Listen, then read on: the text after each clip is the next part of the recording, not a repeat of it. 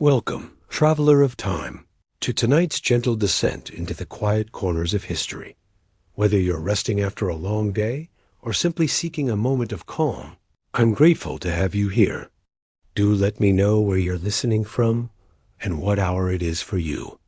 I imagine us as glowing dots on a spinning globe, connected by curiosity and the hush of night. And if this peaceful storytelling brings a little stillness to your day, feel free to subscribe. We'll have many more historical tales to share. But first, let me give you a glimpse of just how mind-blowing this gets. Picture this. A Viking woman could divorce her husband simply by declaring it in front of witnesses. She could inherit land, run businesses, and even demand compensation if someone insulted her honor. Yet this same woman could be killed by her own family for refusing an arranged marriage. She could lead religious ceremonies that determined the fate of entire communities, but she couldn't speak at local assembly that decided everyday laws. By the end of this series, you'll understand why Viking women were simultaneously the most liberated and most constrained women in all of medieval Europe. You'll discover archaeological evidence that proves some of the most legendary shield maidens actually existed, and you'll learn about the secret power structures that allowed certain women to control vast networks of trade and influence across the known world. Now, before we dive into these 7 contradictions, I need to address a thing that most historians completely overlook. The story of Viking women isn't just about gender roles in the past. It's about understanding how societies can create systems where the same person can be both powerful and powerless, depending on the context. This pattern shows up throughout history, and recognizing it helps us understand power dynamics that still exist today. The first contradiction that will blow your mind is the legal paradox. Viking women enjoyed legal rights that wouldn't be seen in most of Europe for another 500 years. Under Norse law, a woman could own property in her own name. She could buy and sell land, livestock, and goods without needing permission from any man. If her husband died, she automatically inherited a portion of his wealth, and nobody could take that away from her. But here's where it gets twisted. These same legal codes that gave women property rights also treated them as property themselves in certain situations. A father could sell his daughter into marriage without her consent. If a woman was raped, the crime was considered property damage against her male guardian, not an assault against her personally. The compensation went to her father or husband, not to her. This creates a fascinating question. How could a society that recognized women as capable property owners simultaneously treat them as property to be owned? Things were lies in understanding that Viking law wasn't designed around individual rights as we think of them today. Instead, it was built around family honor and economic stability. When a Viking woman inherited land, she wasn't just gaining personal wealth. She was becoming the custodian of her family's legacy and the economic foundation for future generations. This gave her enormous practical power. Archaeological evidence from sites like Birka in Sweden shows us wealthy female graves filled with merchant scales, indicating these women were running international trade operations. But this power came with crushing responsibility. A woman who inherited significant property also inherited the obligation to make strategic marriages that would strengthen her family's political position. She might control vast wealth, but she couldn't always control how that wealth was used or who she shared it with. The second contradiction involves the religious sphere, where Viking women wielded influence that would make medieval Christian women envious, yet faced restrictions that seem impossible to reconcile. Norse religion placed women at the center of some of its most important practice. The Valur or Seerses were exclusively female religious practitioners who claimed to communicate directly with the gods and predict the future. These women traveled from settlement to settlement, performing rituals that could determine whether a community would go to war, where they would establish new farms, or how they would survive harsh winters. Kings and ease would delay major decisions until they could. Consult with the Volver. In the famous saga of Eric the Red, an entire Greenland settlement nearly starves because they're waiting for a Cirrus to perform the rituals needed to ensure a successful hunt. The archaeological record backs this up. Female graves from the Viking age often contain what researchers call ritual staffs, long iron rods that were likeliest in religious ceremonies. These staffs are found almost exclusively in women's graves, and they're often accompanied by other ritual objects like amulets, crystals, and exotic beads from as far away as India and Byzantium. But here's the contradiction that will make your head spin.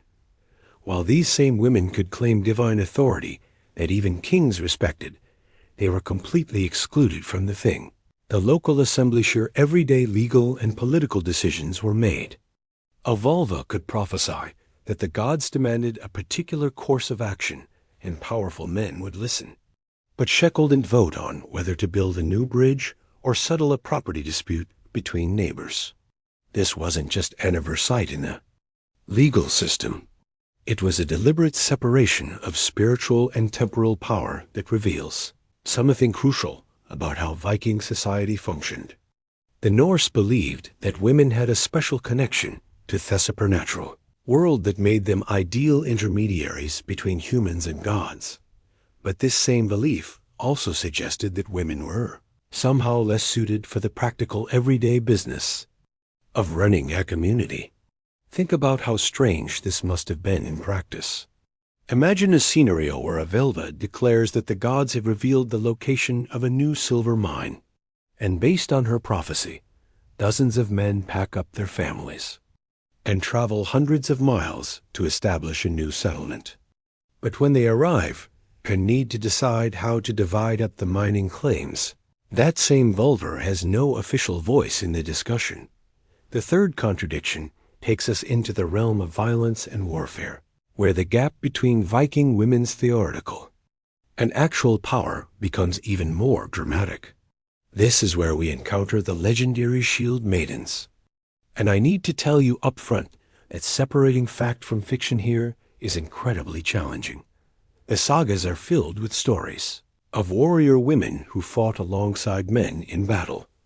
Lagatha, who supposedly fought with Ragnar Lothbrok.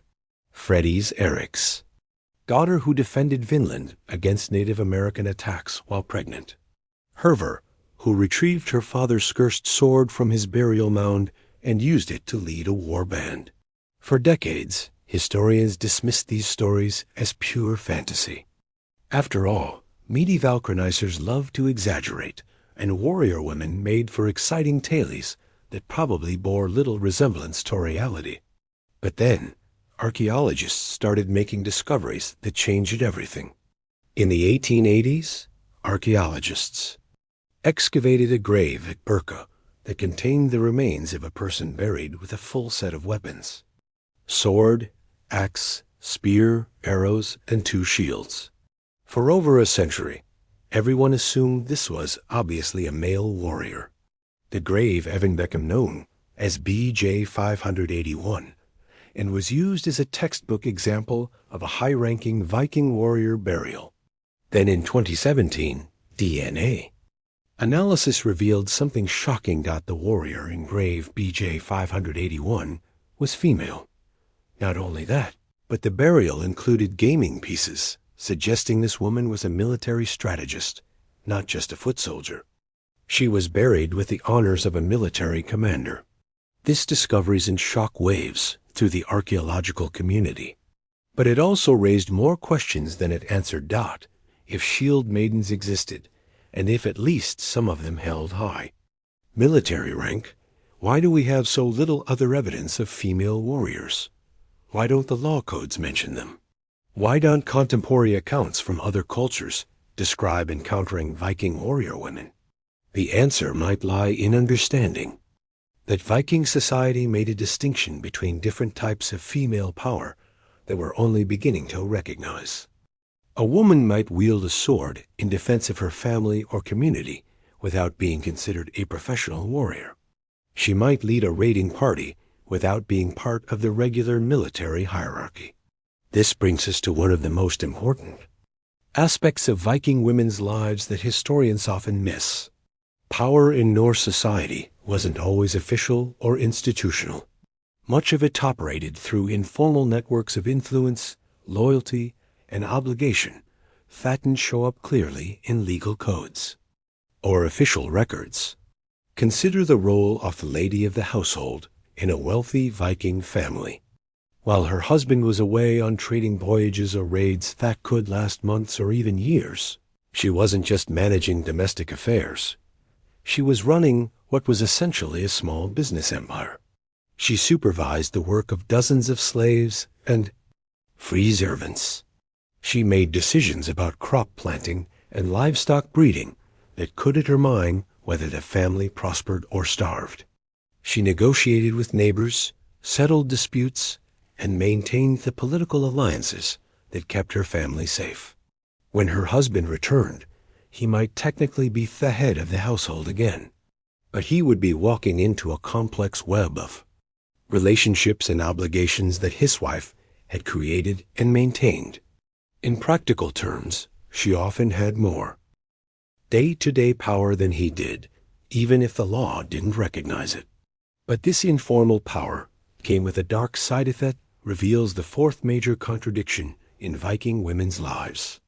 The same society that allowed women to accumulate wealth and influence also created situations where they were uniquely vulnerable to violence and exploitation. Viking women could accumulate tremendous informal power, but that power made them targets in ways that would shock modern audiences. The more successful a woman became, the more dangerous her position became. This wasn't just about jealousy or social resentment. It was about the fundamental structure of Viking society itself. Here's what most people don't understand about Viking culture. Everything revolved around honor, and honor was a zero-sum game. If someone gained honor, someone else had to lose it. When a woman became wealthy or influential, she wasn't just succeeding personally. She was potentially threatening the honor of every man around her who felt he deserved that success more than she did. The sagas are filled with stories that seem confusing until you understand this dynamic.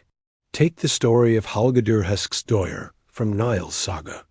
She's described as incredibly beautiful and intelligent, capable of managing complex political alliances and accumulating significant wealth. But she's also portrayed as manipulative and dangerous, someone who brings destruction to everyone around her.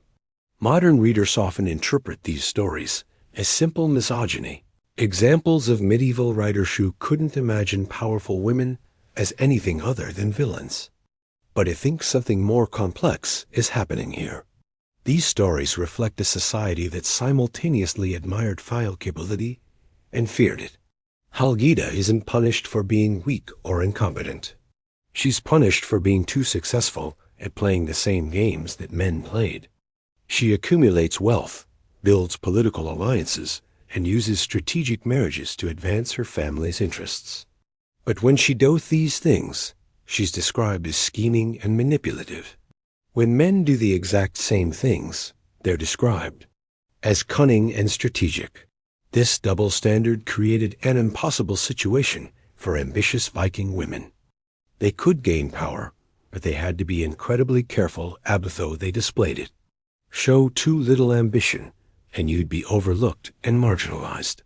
Show too much, and you'd be branded as dangerous and unnatural. The archaeological evidence suggests that some women navigated this contradiction readily. At the Osberg ship burial in Norway, archaeologists found 2 women buried together in a vessel that rivals anything built for male rulers. The ship was filled with incredibly grave goods, carved wooden carts, tapestries, household items made from precious metals, and even the skeletons of horses and dogs. One of these women was clearly of extremely high status. The other might have been a servant or slave who was sacrificed to accompany her mistress to the afterlife. But here's what's fascinating about this burial.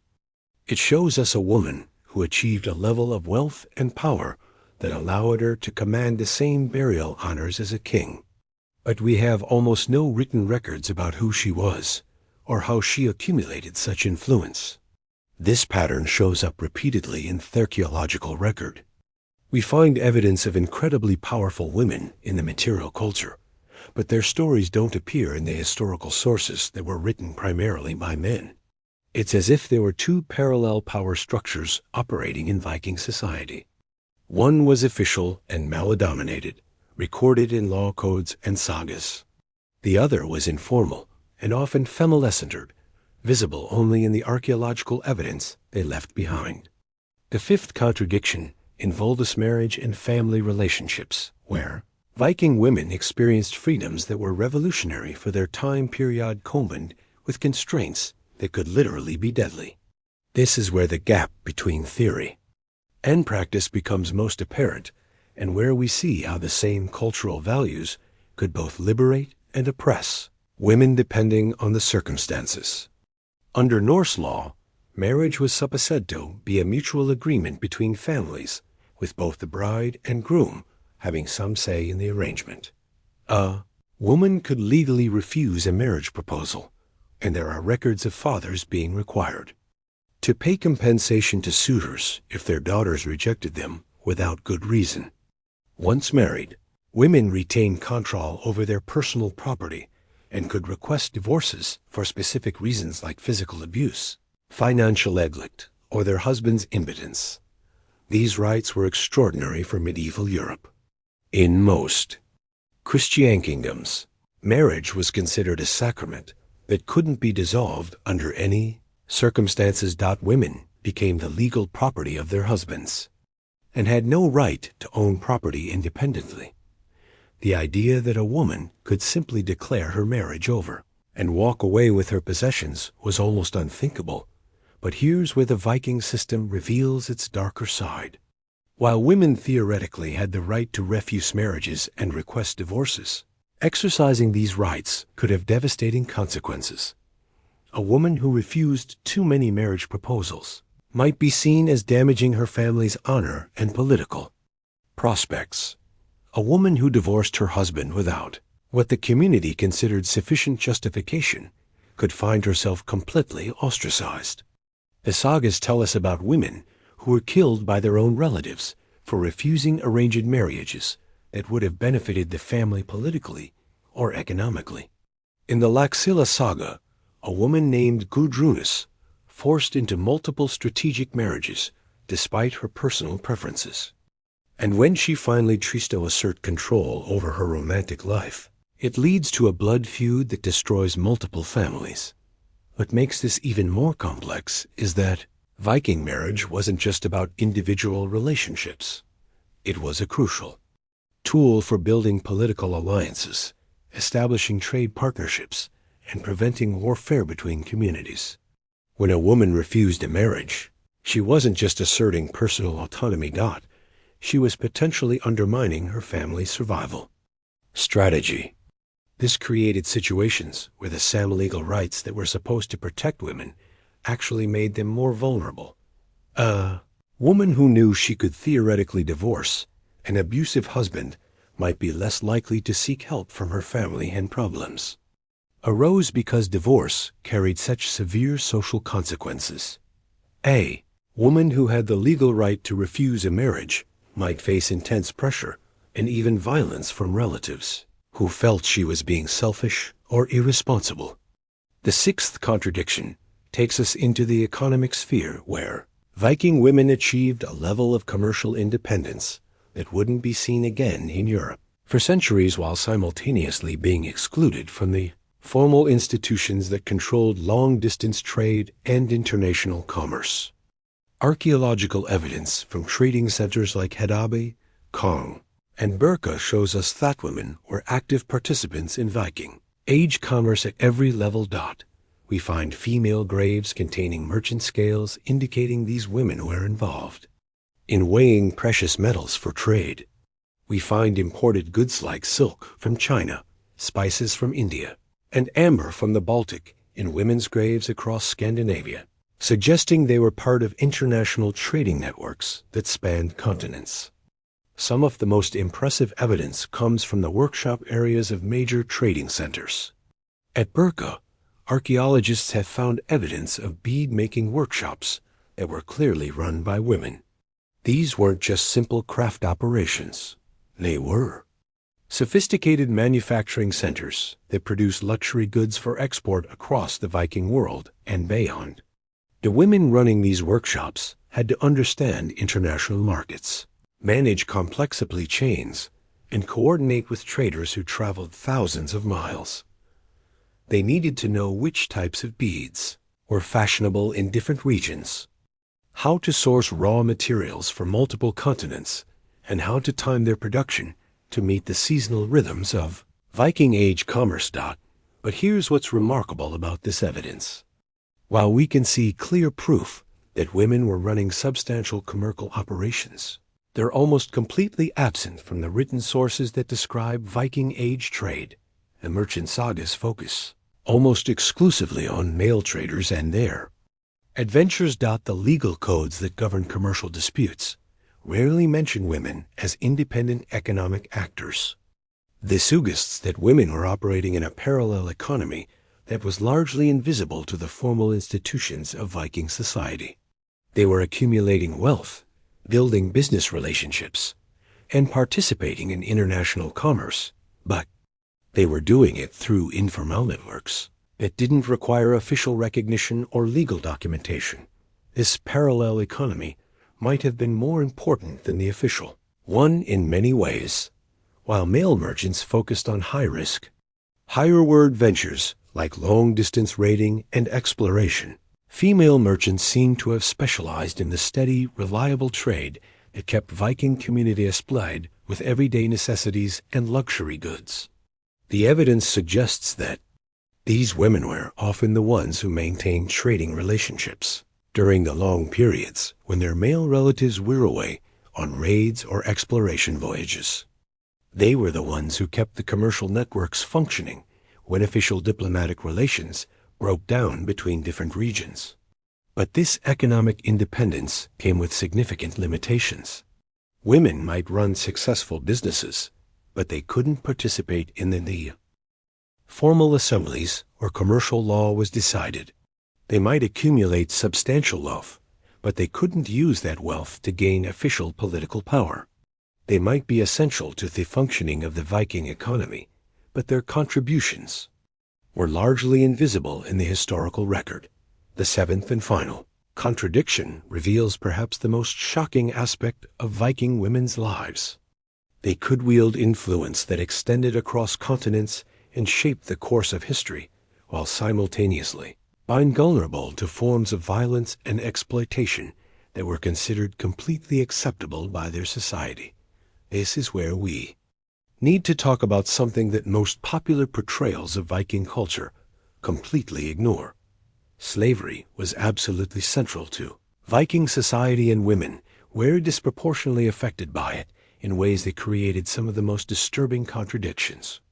In Norse culture, Viking raids weren't just about stealing gold and silver.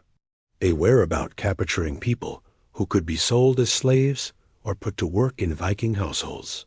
The majority of these slaves were women and children, because they were easier to transport and less likely to escape or rebel than adult men.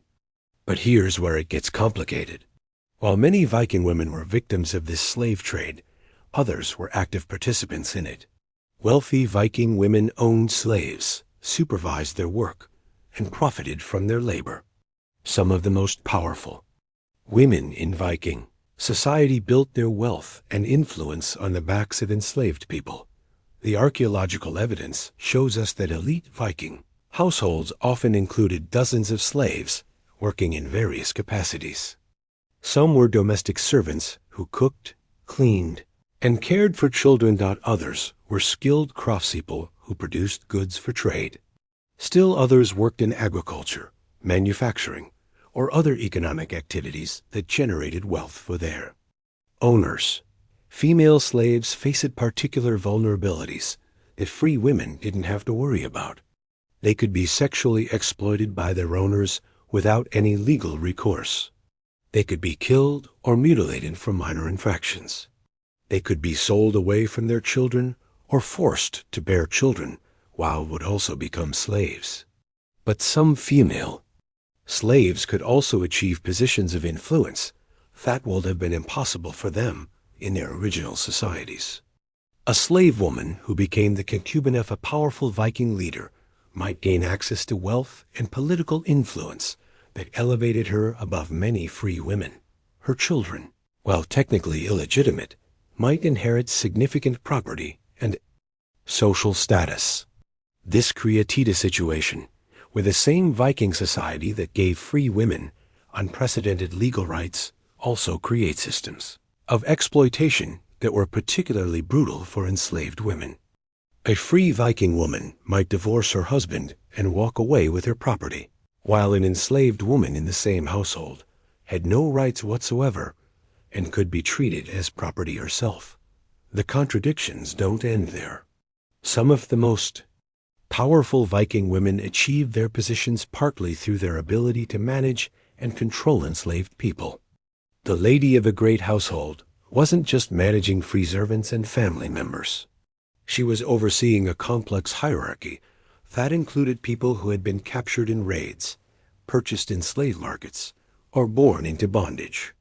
This means that when we talk about Viking women's power and independence, we have to acknowledge that much of it was built on systems of exploitation that would be completely unacceptable today. The same women who broke barriers and challenged gender norms were often participating in forms of oppression that were far more severe than anything they experienced themselves. The evidence suggests that this contradiction was recognized and discussed in Viking society itself. The sagas include stories of women who struggle with the moral implications of slavery, and there are examples of female characters who free their slaves or treat them with unusual kindness. But these examples are presented as exceptional, not as challenges to the basic system. What makes this even more complex is that the line between free and enslaved could be surprisingly fluid in Viking society. A free woman who was captured in a raid might become enslaved, but she could potentially buy or earn her freedom later. A slave woman might be freed by her owner and become a respected member of the community. Children born to slave mothers might be adopted by their fathers and gain legal rights. This fluidity meant that Viking women's relationship to power was constantly shifting and contextual. The same woman might experience both oppression and privilege depending on her circumstances. And those circumstances could change rapidly based on warfare, family politics, or economic conditions. Understanding these contradictions requires us to dig deeper into the psychological and cultural forces that created such a bizarre system. What we're really looking at isn't just historical curiosities about gender roles. We're seeing how entire civilizations can create frameworks where the same person exists in multiple realities simultaneously. The key to unraveling this mystery lies in understanding that Viking society wasn't built around consistent principles the way modern legal systems try to be. Instead, it was a patchwork of competing values, practical necessities, and ancient traditions that often directly contradicted each other. Honor, survival, family loyalty, individual capability, religious belief, and economic opportunity all pulled in different directions, creating a society where logical consistency was less important than practical functionality. Think about it this way. A Viking community needed women to be capable and independent when their men were away for months at a time. They needed women who could make crucial decisions, manage complex households, and defend their families if necessary. But they also needed women who would accept arranged marriages that strengthened political alliances, who would produce legitimate heirs, and who wouldn't challenge the basic power structures that kept society stable. The solution wasn't to create a coherent system that balanced these needs. Instead, Viking culture developed what we might call contextual power structures. A woman's rights and capabilities shifted dramatically, depending on the specific situation she found herself in. She might be a powerful decision-maker in one context and completely powerless in another, sometimes within the same day. This explains why the archaeological evidence and the written sources often tell such different stories about Viking women. The material culture shows us women who accumulated wealth, traveled internally, and wielded significant influence. The sagas and law codes show us women who were constrained by male authority and social expectations. Both versions are true because they're describing different aspects of the same complex reality. But there's something even more fascinating happening here that most historians miss entirely. The contradictions in Viking women's lives weren't just accidents or inconsistencies in the cultural system. In many cases, they were deliberate features that served specific social functions. Consider how the threat of flows in power or status actually reinforced certain behaviors. A woman who knew she could lose her property rights if she behaved inappropriately had strong incentives to conform to social expectations. A woman who understood that her commercial success depended on maintaining good relationships with male traders had reasons to be diplomatic and strategic in her business dealings. At the same time, the possibility of gaining power and independence gave women incentives to develop skills and capabilities that benefited the entire community. A woman who might inherit significant property had reasons to learn about agriculture, trade, and household management.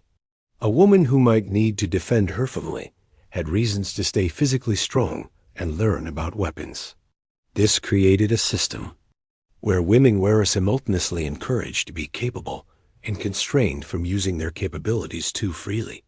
It was a form of social control that was much more sophisticated than the simple oppression because it gave women real stakes in maintaining the system, even when that system limited their freedom. The religious contradictions we discussed earlier reveal another layer of this complexity. The Valur weren't just excluded from political assemblies by accident.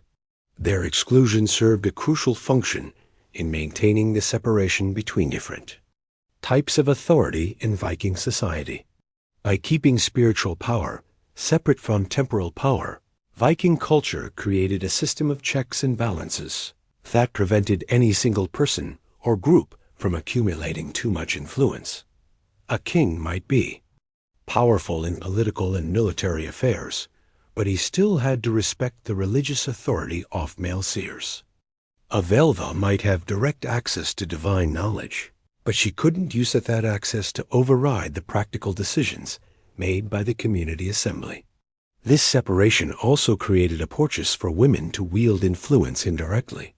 A Volver, who couldn't vote in the assembly, could still shape political decisions by delivering prophecies that influenced how people voted.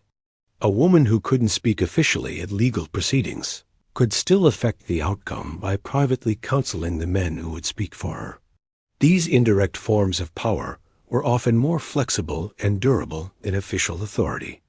A man who held formal political office could lose that position if he made unpopular decisions or if political circumstances changed.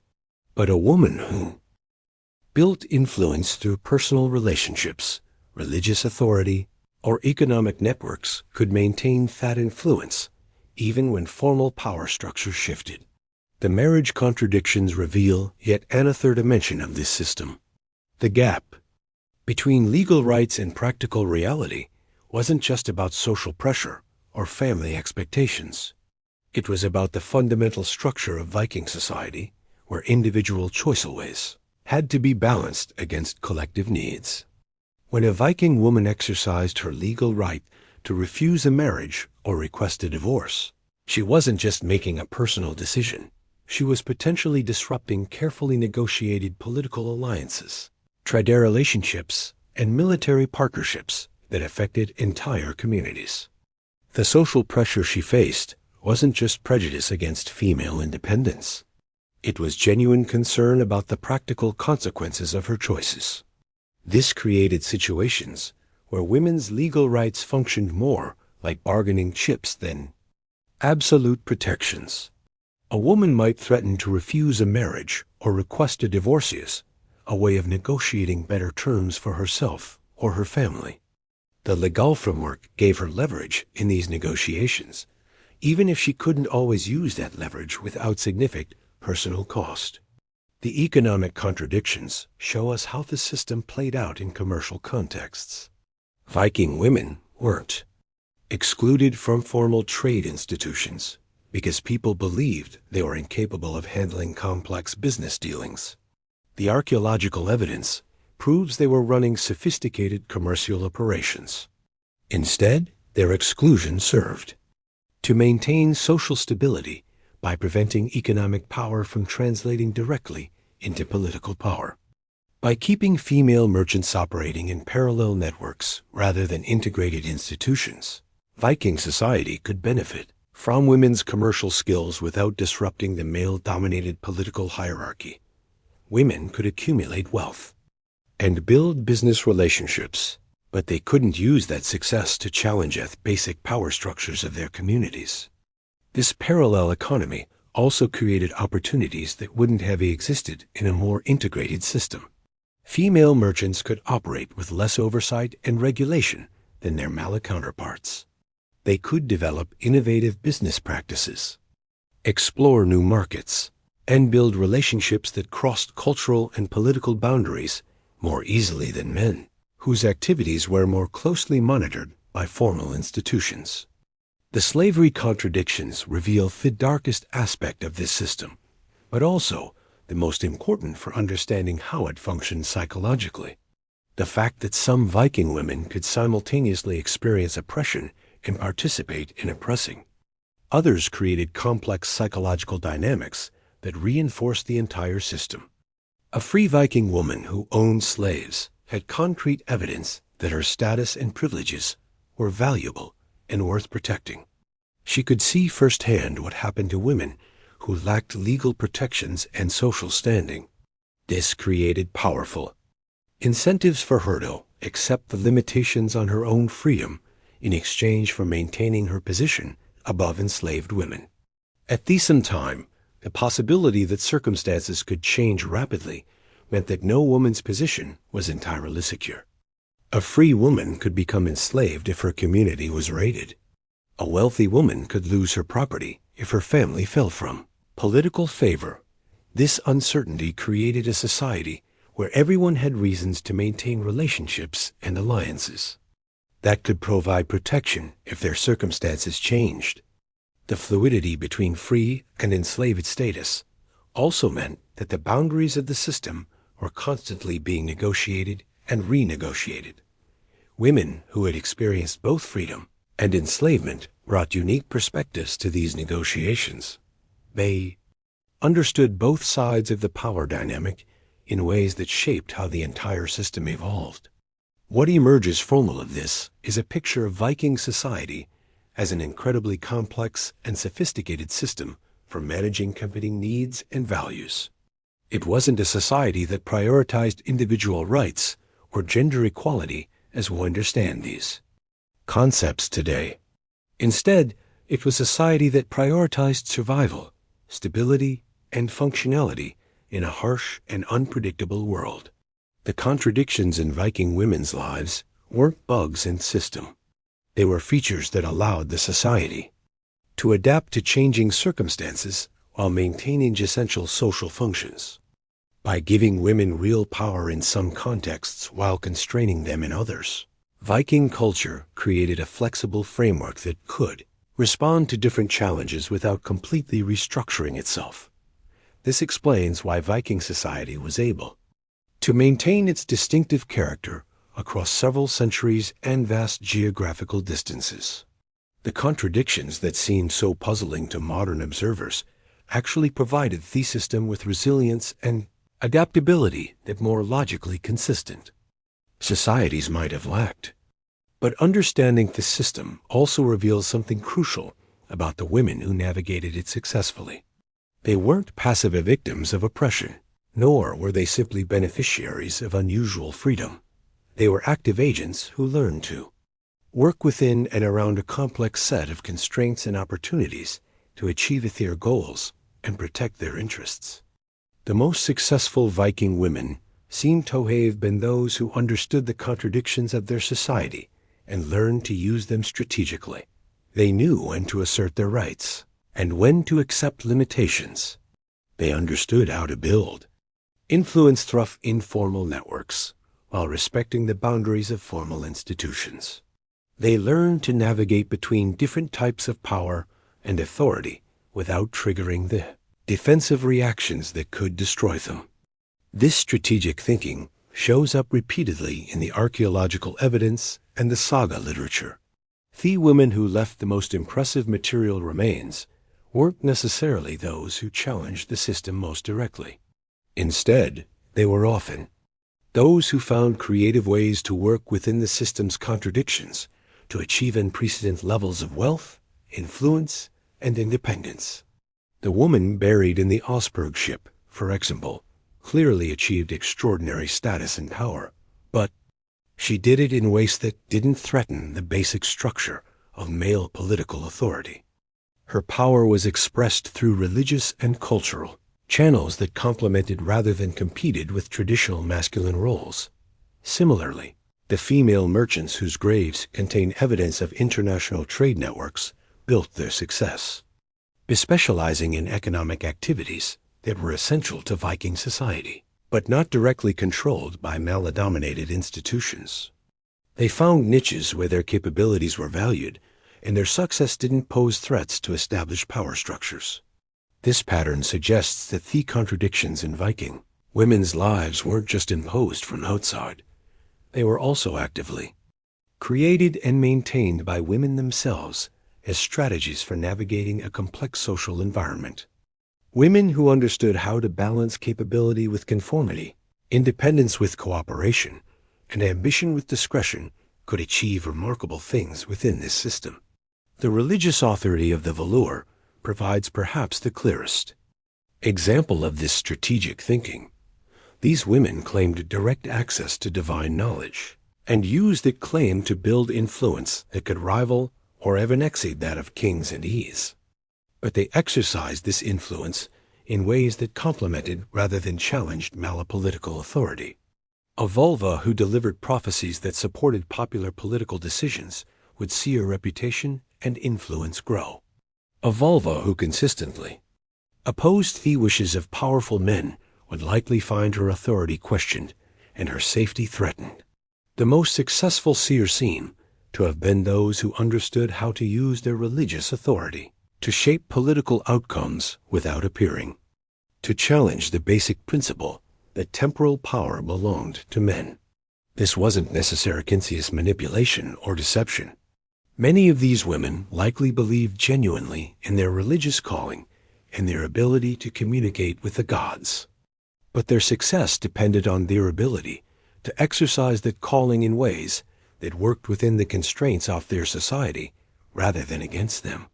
The same pattern shows up in the economic sphere, where successful female merchants seem to have specialized in types of trade that were essential to Viking society, but not directly competitive with male-dominated activities. Rather than trying to break into the high-profile world of raiding and exploration, they focused on the steady, reliable commerce that kept communities supplied with necessities and luxury goods.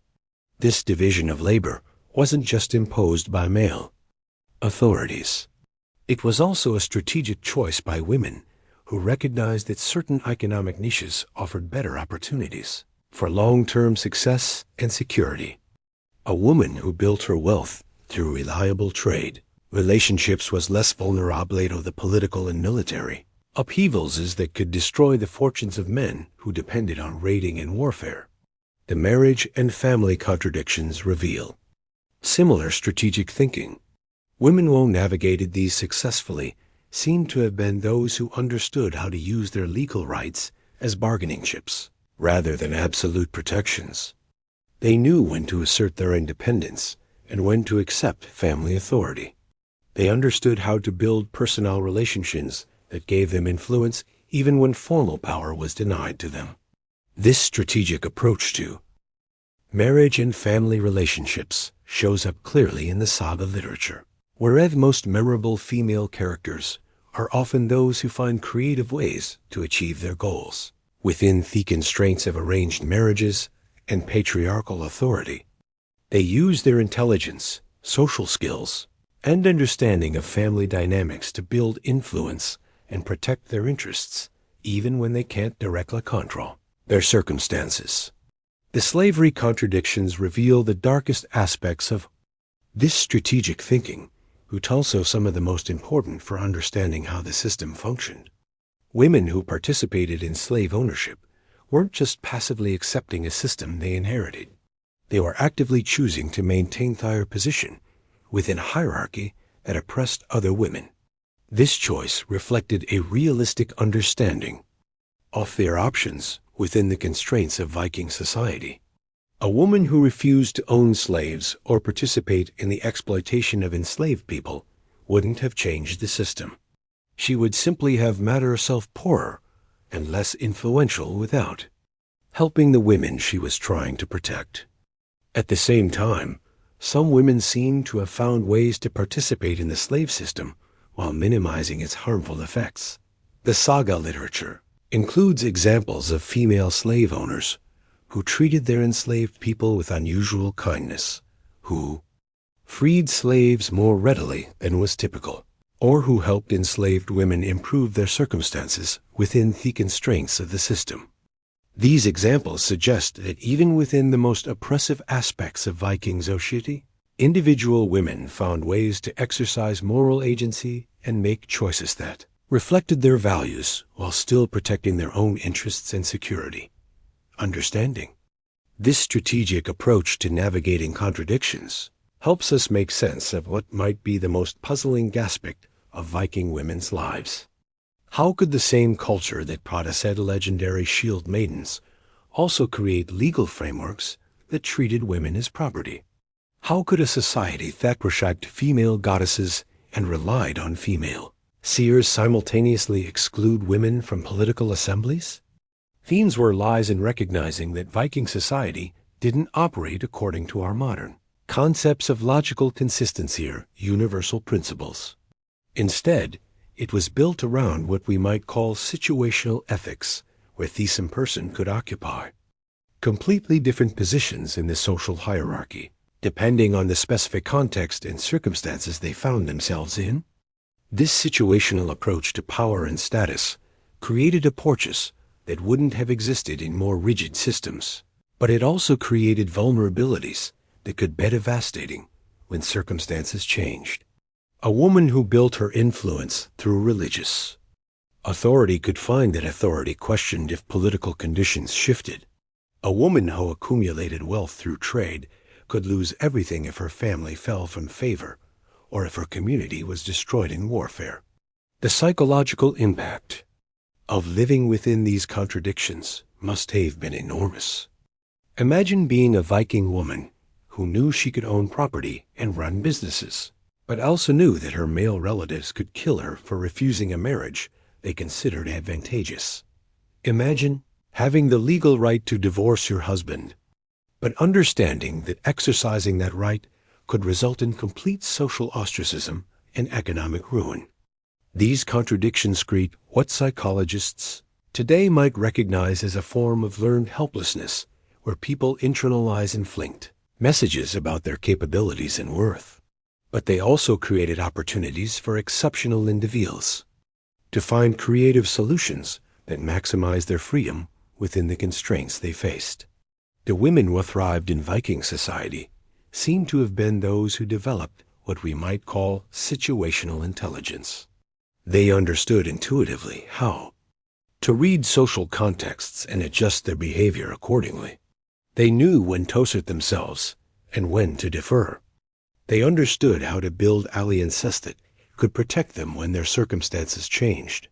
This situational intelligence shows up most clearly in saga literature, where successful female characters demonstrate an almost supernatural ability to navigate complex political and social situations. They seem to understand instinctively how different people will react to various approaches, and they adjust their strategies accordingly. Take the example of Un the Deep-Minded, who appears in several Icelandic sagas as one of the most powerful women of the Viking Age.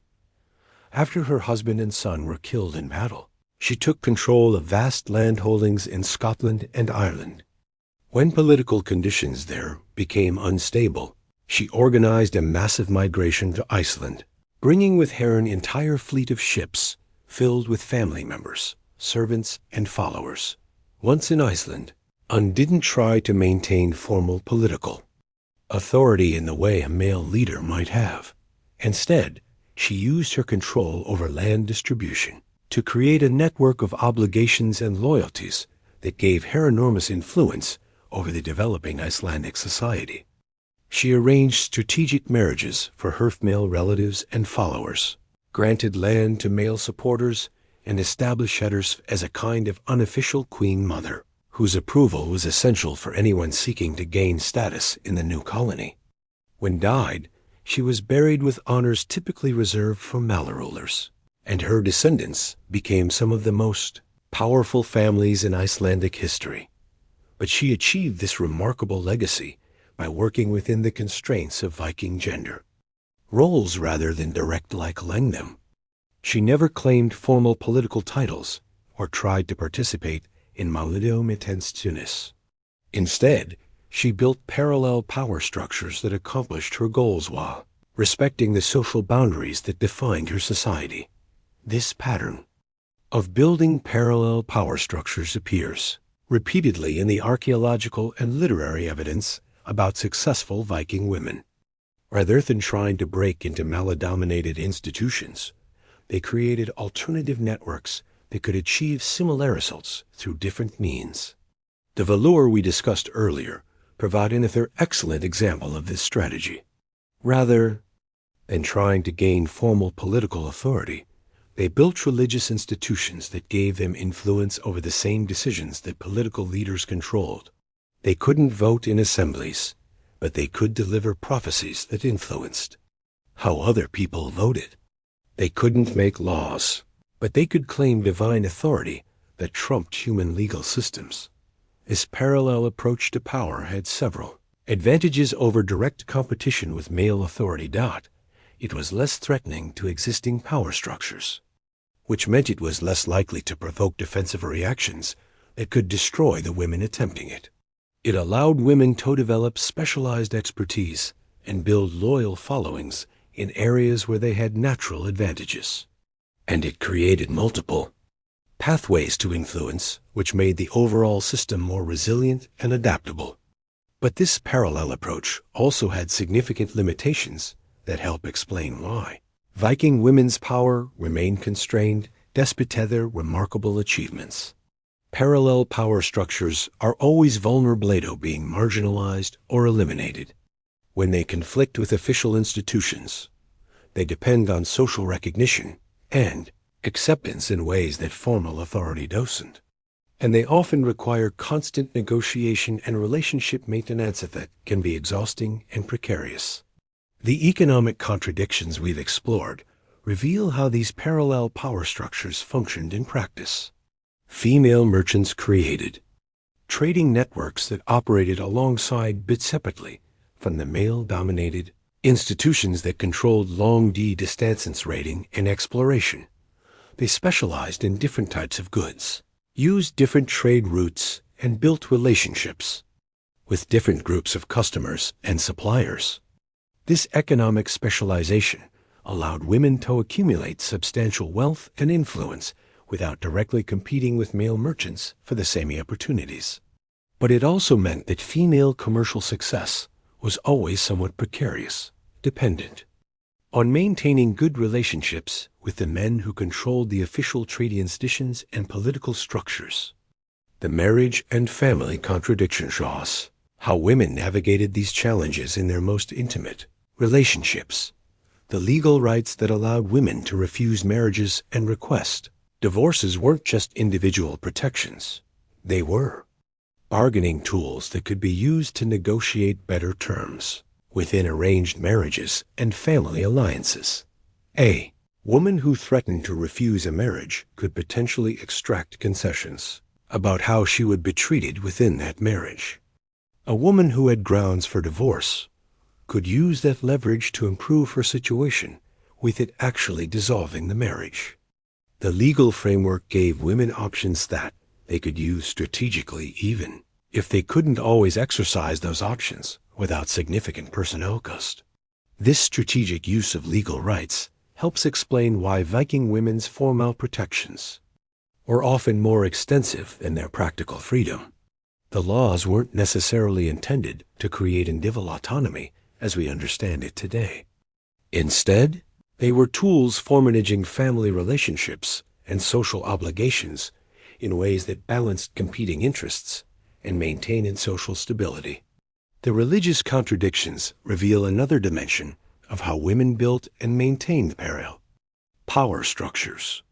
The Viewer didn't just claim religious authority randomly. They built that authority through years of training, travel, and relationship building that created networks of supporters and clients across the Viking world. A successful Velva had to understand not just religious rituals in mythology, but also the political and social dynamics of the community she served. She needed to know which prophecies would be welcomed and which might be dangerous. She had to build relationships with powerful men who could protect her while maintaining her independence and credibility. The archaeological evidence suggests that some Veer achieved remarkable success at this balancing act. Ferritual staffs and exotic grave goods found in female burials across Scandinavia indicate that these women were part of international networks that connected communities across vast distances. They were traveling, trading, and building relationships that crossed cultural and political boundaries. But same evidence also shows us how precarious these positions could be. Female graves with ritual objects are often found in frontier areas or border regions where traditional social structures were less stable. This suggests that religious author to provide opportunities for women in situations where conventional power structures were disrupted or uncertain. The slavery contradictions reveal the darkest aspects of how these parallel power structures functioned, but they also show us the limits of what individual agency could accomplish within the constraints of Viking society. Women who owned slaves weren't just passive participants in an oppressive system. They were actively making choices about how to exercise power over other people.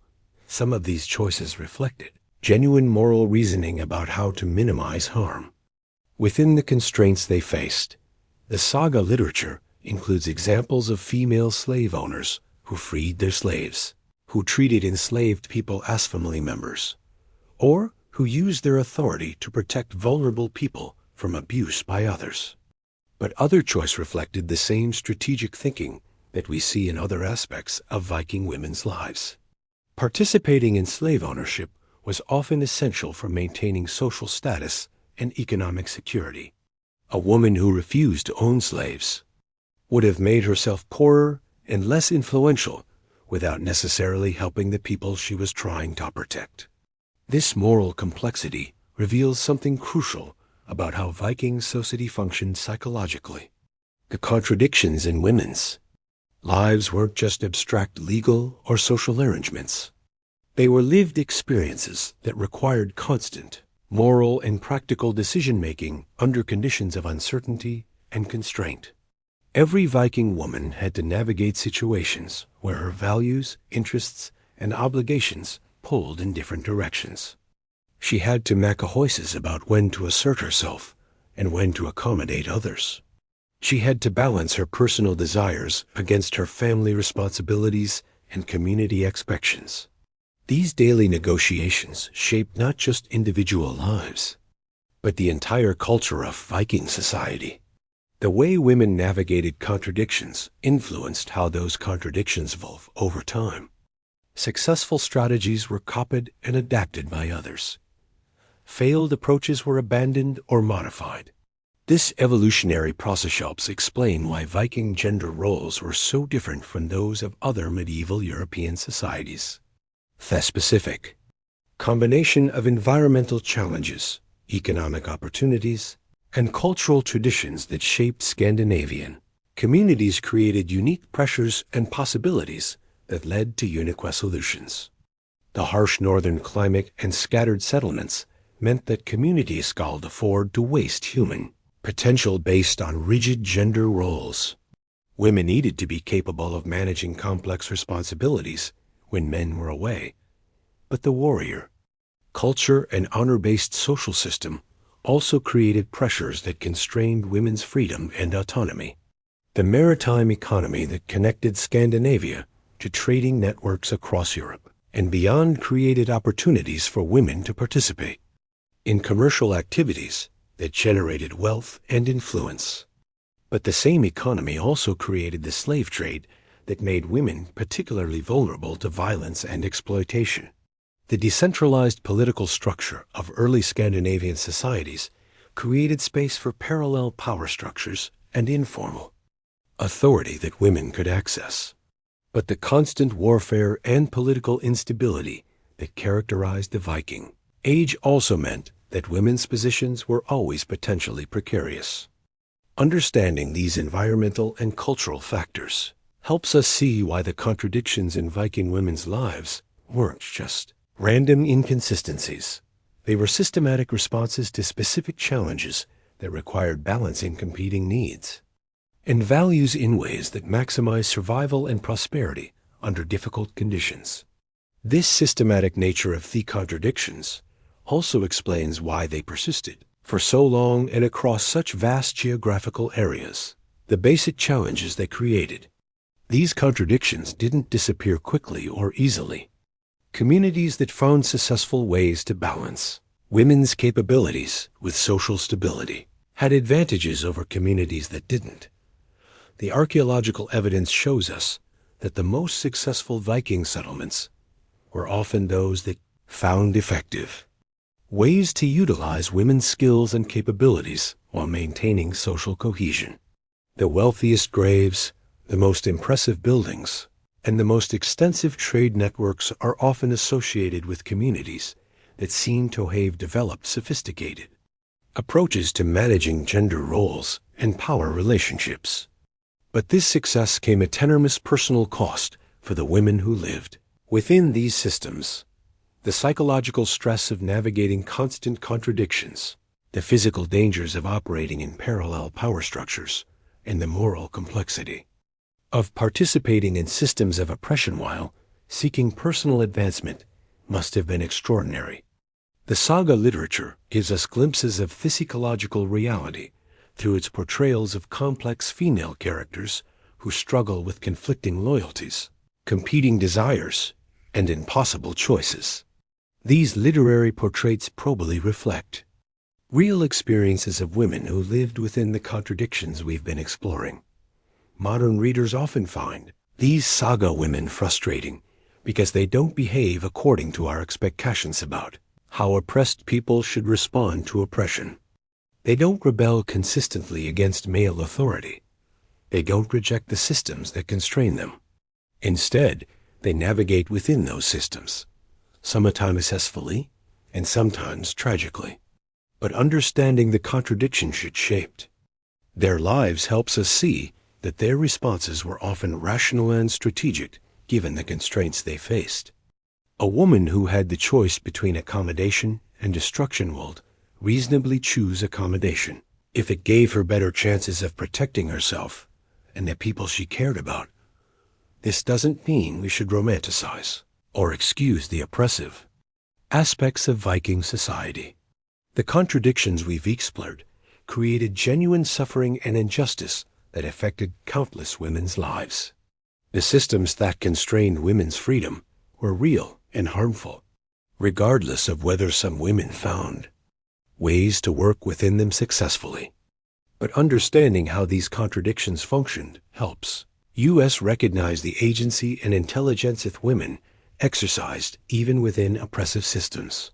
It helps us see that the history of gender relations isn't just a simple story of oppression and liberation, but a complex process of negotiation, adaptation, and strategic thinking that continues to shape our world today. The legacy of Viking women's contradictory experiences extends far beyond medieval Scandinavia.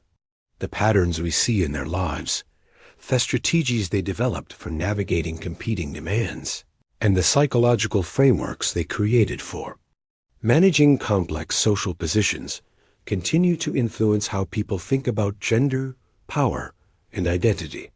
Many of the contradictions that defined Viking women's lives persist in different forms in modern societies. Women today still navigate situations where they're expected to be capable and independent in some contexts, while accepting limitations and constraints in others. They still face pressure to balance personal ambitions with familiar responsibilities, to assert themselves without appearing threatening, and to participate in systems that may disadvantage other women. The strategic thinking that successful Viking women developed for managing these contradictions offers insights that remain relevant today. The importance of situational intelligence, the value of building parallel power structures, and the necessity of understanding how different types of authority function in different contexts are lessons that continue to matter.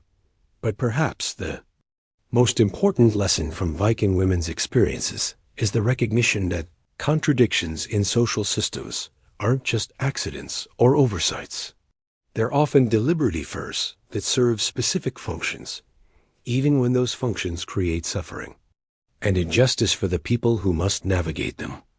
Understanding this helps us recognize that changing oppressive systems requires more than just pointing out their inconsistencies or contradictions.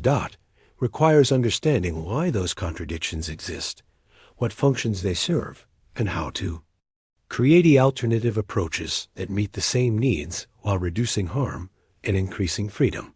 The story of Viking women reminds us that people throughout history have found ways to exercise agency and create meaning within even the most constraining circumstances. It shows us that the relationship between power and oppression is often more complex than simple narratives of dominance and resistance suggest. And it demonstrates that understanding the past requires us to grapple with complexity and contradiction rather than seeking simple explanations or comfortable moral clarity. The Viking women whose lives we've explored were neither purely victims nor purely heroes. They were human beings navigating impossible situations with intelligence, courage, and strategic thinking that deserves our respect and understanding.